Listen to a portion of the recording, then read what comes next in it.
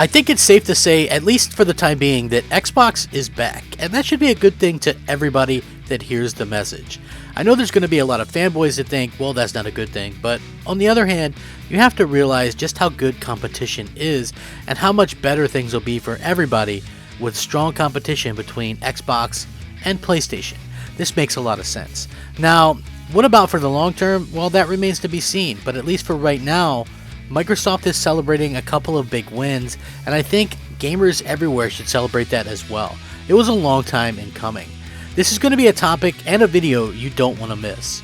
Hey there everyone, I'm the Crapgamer, and this of course is Crapgamer Reviews, your home for gaming news, opinions, reviews, and much more.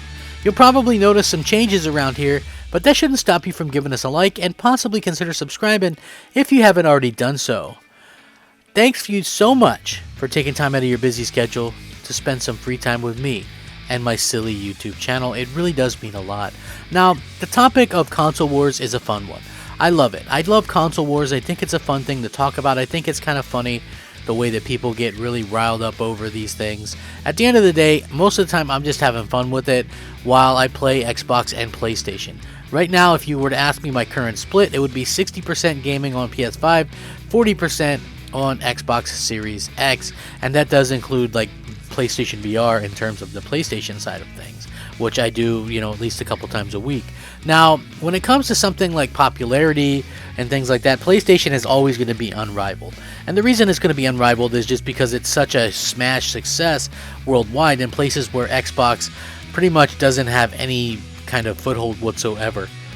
With that being said, I do think that this is very interesting because Game Informer, they ran a poll on Twitter, and while this isn't anything official, it was just interesting that the question was, which platform is having the best 2021? And Xbox won with 48.9% of the vote. Now, what's interesting in here that maybe could possibly be looked at as a way to construe some of this stuff is it was retweeted by Tim Dog, who has almost 50,000 followers. So the fact that this thing has not even 40,000 votes, you could look at it that way. But let's just for the sake of this say, hey, Xbox is back. Congratulations. I would just like to say for me personally, when I'm looking at this and say who's having the best 2021, you would possibly say Microsoft is having the best November and December, but at the end of the day, they haven't won an NPD. I don't think pretty clearly, even though Forza Horizon 4 came up with some fantastic numbers, it's not going to be, the number one NPD game or anything like that. But, PlayStation had a really good beginning of the year, and I think Switch had a decent year across everything, but we'll have to see how that kind of works out, how that plans out, and how that really affects people in general. But with that being said, I did want to talk about this because it is worth. I wanted to say a congratulations about this as Forza Horizon 5 breaks 4.5 million player milestone, largest Xbox Game Studios launch day ever. Forza Horizon 5, the new iteration of Playground Games' open-world racing series, is off to a fantastic start.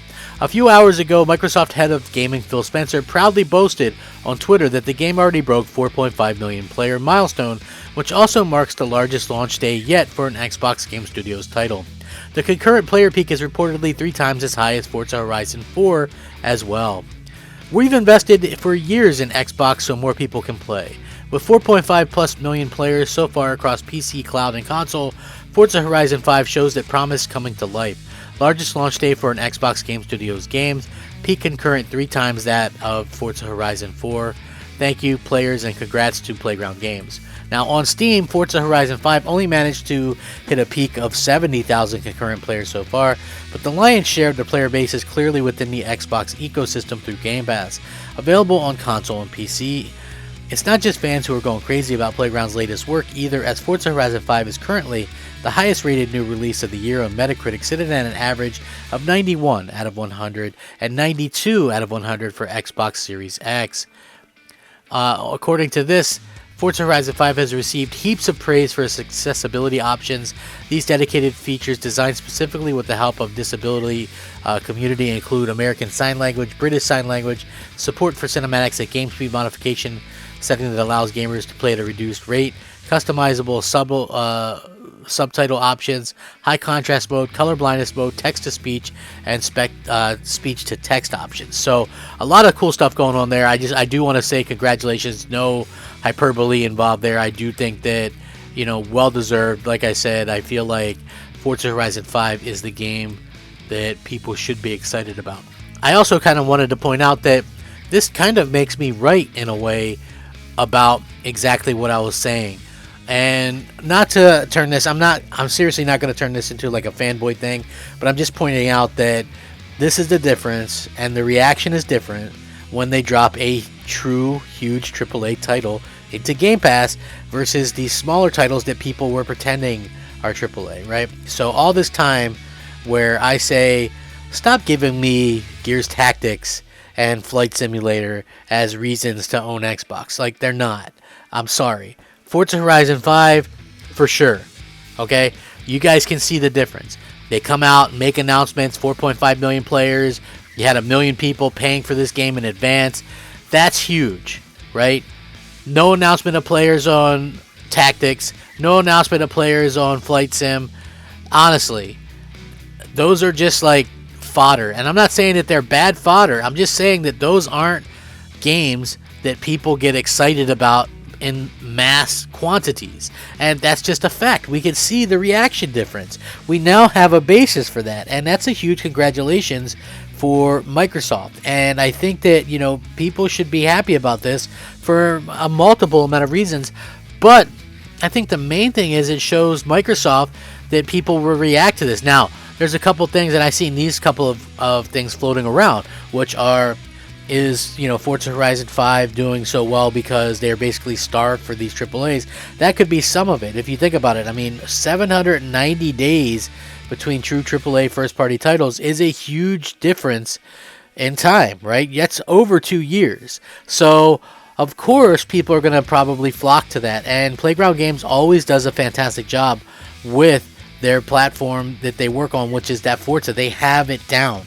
They do such a fantastic job with that. Honestly, I'm super proud of the work that they've been able to do. Forza Horizon 5 is just really a fantastic game. I have to say, if you haven't played it, maybe consider giving it a try, because I feel like you're missing out if you don't play this game, especially if you like racing games. Even if you don't like traditional racing games, I feel like this is a smart one to pay attention to, in my opinion, because at the end of the day, this game is accessible to everybody with all the options and stuff like that. You honestly, there's not a person out there who couldn't play this, and it's more like kind of an adventure game. I've said this multiple times, but to me it's like an adventure game. You're out there, you're on an adventure, these things happen, and there's all this cool stuff to find and explore, and I really love that about the game. So no hyperbole, no tongue-in-cheek, no, none of that. This is really just a congratulatory video saying congratulations. I am glad. It does seem like Xbox is back.